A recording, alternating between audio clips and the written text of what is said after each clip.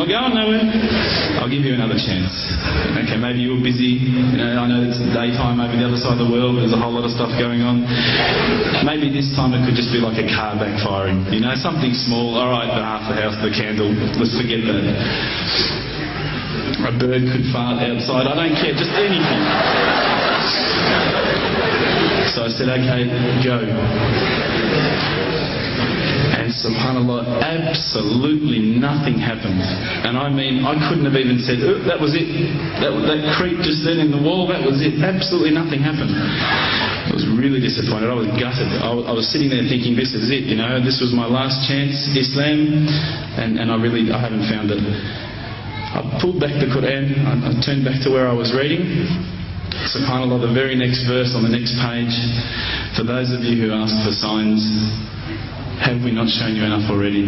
Look around you, look at the stars, look at the sun, look at water. These are the signs for the people of knowledge. SubhanAllah.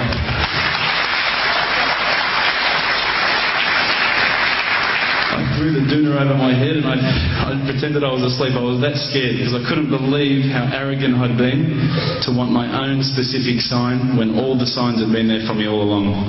The fact that we have this world, the fact that there is this creation, these are the signs for all of us. The next day I decided this is it, I'm becoming a Muslim. I've been investigating Islam now for probably about 6 months, to be honest. I went in and I said to myself, this is it, I'm going to make shahada. I had no idea what I had to say, I had no idea what the words were.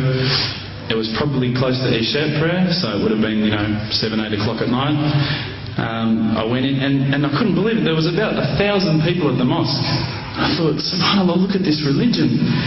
Look at how strong they are. It was the first night of Ramadan.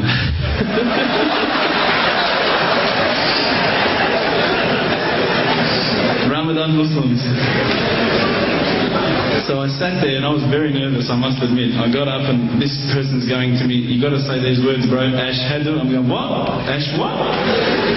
Can't I just say it in English? No, they say, no, you got to say it in Arabic. And I thought, I looked out over the sea of beards that I could see in front of me and I thought, if I get these words wrong, I'm a dead man again. I had this fear, And they were staring at me, and I don't know if you know this, but Australians can't stare. Lebanese people can stare. So I was sitting there, I was very scared. I got up, and subhanAllah, as soon as I started to say the words, all fear went out of my mind. It felt as though a shower was inside my head and someone had just turned on the cold tap. Felt like I'd been flushed clean. I said the words, and I wasn't expecting so many brothers to come up and yell, Takbir, Allahu Akbar, and start kissing me and hugging me. Now, I'd never been kissed by that many men in my life. But it was a beautiful day, I must admit. And that day was the day that I had more brothers than I could ever imagine, more sisters as well. But I guess since that day I've never looked back. My family, I think initially were very worried that I was going to be, I guess, a little bit weird towards them. They thought that I was going to break out the AK-47s and the grenades. But they realised, I think, soon that this religion was actually making me a better person. Prior to Islam, you're not going to believe it, I had a mohawk. I did. I had, I'm not going to show you any photos. I had army greens, I had the Metallica t-shirt, I had the cherry docks. I was shocking, right? I thought I looked great, but I looked terrible. And alhamdulillah, ever since then I look as good as I do now. No, don't laugh, please.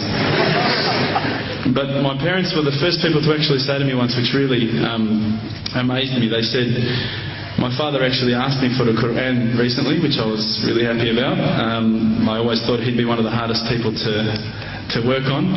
But he said to me, ever since you've been a Muslim, you've been a better person. You're more reliable. I can count on you to come and pick me up if my car breaks down. Whereas before I go, Dad, I was drinking last night. I don't know if it's still out of my system. So alhamdulillah, I hope that this hasn't bored you too much, but I just wanted to share with you what I would suggest is probably the most beautiful time in my life. And inshallah, I'll see you all in Jannah for a kebab. Assalamu alaikum.